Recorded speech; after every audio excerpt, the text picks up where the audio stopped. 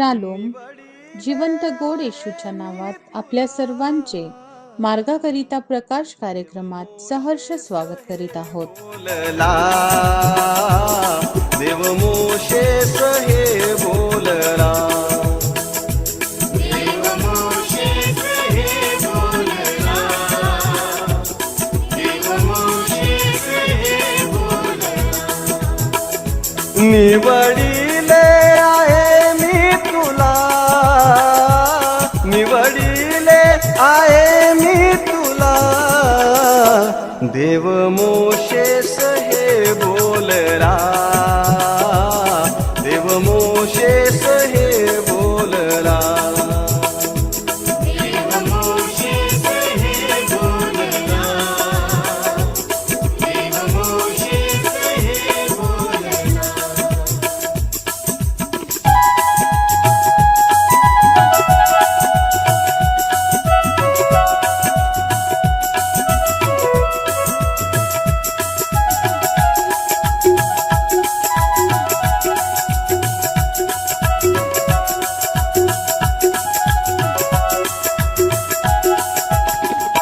अग्निरूपाने दिले दर्शन, नमऊनी माथा करीतो नमन.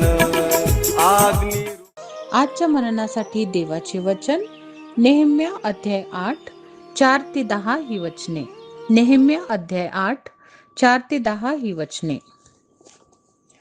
लोकांनी मुद्दाम केलेल्या एका लाकडी पिठावर एज्रा शास्त्री उभा राहिला व त्याच्याजवळ उजवीकडे मत्थिथ्य, शेमा, अनाया, उरिया, हिल्किया व मासेया हे उभे राहिले व त्याच्या डावीकडे पदाया, मिशाएल, मल्किया, हाशुम, हशबदाना, जखर्या व मशुल्लाम हे उभे राहिले.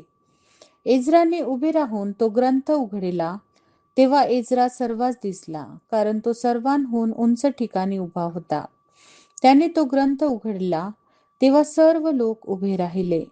मग एज्राने देवादिदेव परमेश्वर याचा धन्यवाद केला व सर्व लोकांनी आपले हात वर करून आमेन आमेन असे म्हटले आणि आपली डोके लववून व आपली मुखे भूमीकडे करून परमेश्वरास प्रणाम केला. येशुवा, बानी, शेरेब्या, यामीन, अकूब, शब्थई, होदिया, मासिया, कलिता, अजर्या, योजाबाद, हानान व पलाया हे लेव्यांसुद्धा नियमशास्त्राचा अर्थ लोकांस समजावून सांगत होते व लोक आपल्या स्थानी उभे होते. त्यांनी तो ग्रंथ, तो देवाच्या शास्त्राचा ग्रंथ स्पष्टीकरणासह वाचून दाखविला. वाचले तेवढे लोकांस चांगले समजले. मग नेहम्या तीर्थाशा, प्रांताधिपती, एज्रा याजक, शास्त्री व लोकांस शिकविणारे लेवी हे सर्व लोकांस म्हणाले, हा दिवस तुमचा देव परमेश्वर याच्या प्रित्यर्थ पवित्र आहे, तर शोक करू नका, रडू नका. कारण जे लोक नियमशास्त्रातले वचने ऐकून रडू लागले होते, कारण ते लोक नियमशास्त्रातली वचने ऐकून रडू लागले होते, तेव्हा त्याने त्यास सांगितले, जा, मिष्टान्नाचे सेवन करा, गोड गोड पेये प्या व ज्यांच्या घरी काही तयार नसेल त्यास वाढवून पाठवा, कारण आजचा दिवस परमेश्वरा प्रित्यर्थ पवित्र आहे. तुम्ही उदास राहू नका, कारण परमेश्वर विषयीचा जो आनंद तोच तुमचा आश्रयदुर्ग होय. प्रभू परमेश्वर या वचनांद्वारे आपला आजचा दिवस आशीर्वादित करो. येशूच्या पवित्र नावात सलाम. आपण आजच्या सकाळी नेहम्या याचा 8वा अध्याय आणि त्याची 4 ते 10 ही पवित्र वचनं वाचलेली आहे.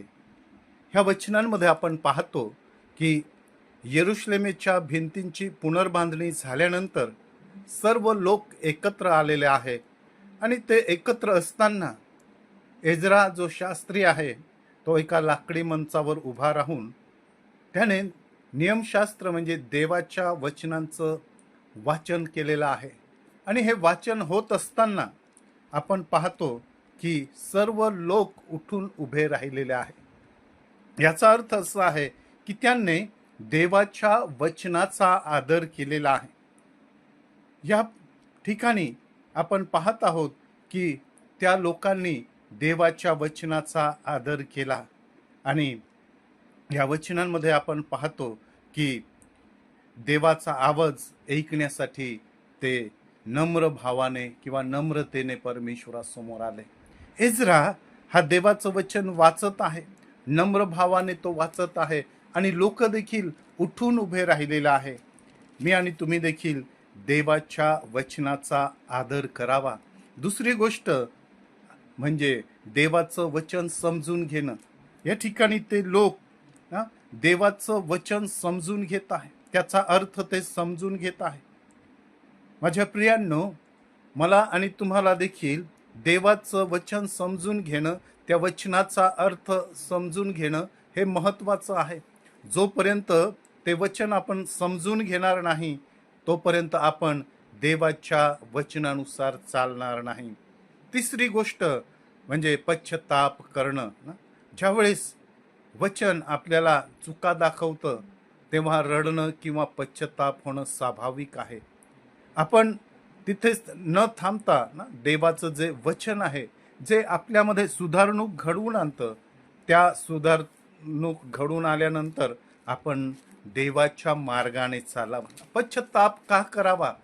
पश्चाताप ह्यासाठी करावा की आपण देवाच्या मार्गाने चालावं. त्याचप्रमाणे देवाचं वचन हे आपल्याला आनंद आणि सामर्थ्य देणारं आहे. आणि पाचवी गोष्ट म्हणजे देवाचं वचन हे सहभागिता घडवून आणणारं वचन आहे. म्हणून मी आणि तुम्ही त्या वचनांचा आदर करावा, त्या वचनांचा सन्मान करावा. या ठिकाणी आपण पाहतो की इस्रायल लोकांनी परमेश्वराच्या वचनांचा सन्मान केला आहे, आदर केलेला आहे. आणि ज्यावेळेस एजरा शास्त्री त्या मंचावर उभा राहिला, ते वचन उघडून वाचत आहे, त्यावेळेस ते लोक उभं राहिलेलं आहे. काय माझ्या प्रियांनो, आपण आज देवाच्या वचनाला महत्त्व देत आहोत का? आदर देत आहोत का? देवाचं वचन आपण समजून घेत आहोत का? देवाचं वचन ऐकून आपण पश्चाताप करत आहोत का? देवाचं वचन आज आपल्याला खरा आनंद आणि पवित्र आत्म्याचं सामर्थ्य देत आहे का? कारण देवाचं वचन हे आनंद देणारं वचन आहे आणि देवाचं वचन हे दुसऱ्यांबरोबर सहभागिता घडवून आणणारं वचन आहे. आणि ज्यावेळेस त्या वचनाचा आदर करतो त्यावेळेस पवित्र परमेश्वर त्या वचनाकरवी मला आणि तुम्हाला सामर्थ्य देतो, आनंद देतो. देवा, ही वचनं आपणासाठी आशीर्वादित करो. आपण प्रार्थना करूया. स्वर्गीय पित्या, तुझी स्तुती करतो, तुला धन्यवाद देतो, कारण तुझ्या वचनाच्या द्वारे तो आम्हाला आनंद आणि सामर्थ्य देतो. ज्यावेळेस आम्ही तुझ्या वचनाचा आदर करतो, सन्मान करतो, ते स्वीकारतो, त्यावेळेस पवित्र परमेश्वरा तो आम्हास त्या वचनाद्वारे आशीर्वादित करतो. मी खरोखर तुझी स्तुती करतो. येशूच्या नावात मागतो म्हणून तो ऐक. आमेन. देव मोशेस हे बोलला, देव मोशेस हे बोलला, देव मोशेस हे बोलला, देव मोशेस हे बोलला, देव मोशेस हे बोलला, देव मोशेस हे बोलला. त्याप्रमाणे तुमचा प्रकाश लोकांसमोर असा पडू द्या की त्यांनी तुमची सत्कर्मे पाहून तुमच्या स्वर्गातील पित्याचे गौरव करावे. आपल्या प्रार्थना विनंत्या कोणत्याही वेळेस विश्ववाणी प्रार्थना केंद्राला टोल फ्री नंबरद्वारे कळवू शकता. आमचा टोल फ्री नंबर 1-800-2700-333. आम्ही आपणासाठी या नंबरवर प्रार्थना करण्यास उपलब्ध आहोत. धन्यवाद.